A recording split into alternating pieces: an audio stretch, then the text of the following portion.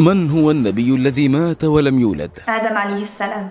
من هو النبي الذي ولد ولم يموت؟ عيسى عليه السلام. من هو النبي الذي مات ولم يدفن؟ إدريس عليه السلام. من هو النبي الذي دفن في نهر النيل؟ يوسف عليه السلام. من هو خطيب الأنبياء؟ شعيب عليه السلام. من هو النبي الذي لقب بأبي اليهود؟ يعقوب عليه السلام واسمه إسرائيل.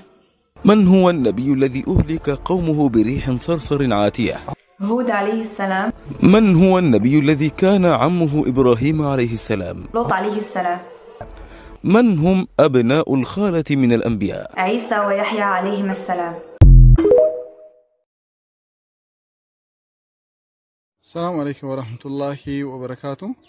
من نرجع نكون شاشمني جند دواتوكو مسجدا كلافا والراشدين برتي أرجما كاري دبلا ما في تربات ميلا مرت من أرجمودا من حال أدتين إجارة ميجرودا وان باينا مجمع تشيسودا ما شاء الله تبارك الله كينو أكنت بريدا دانديلا مكابا أمرو دانديلا مكابا كينو سنيلا أكنا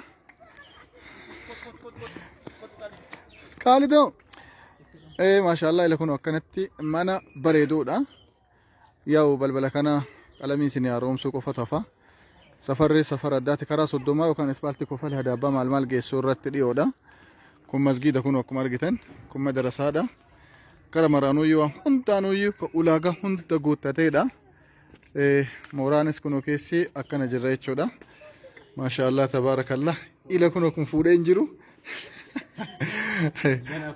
asuma ijarra buusaa isiniin jedha manni kun olaala standardii isaa eeggatee haala hundaan bolokkeettiidhaan muluu adaamaadha ka bifa adda ta'eedhaan kan dhumateedha jechuudha.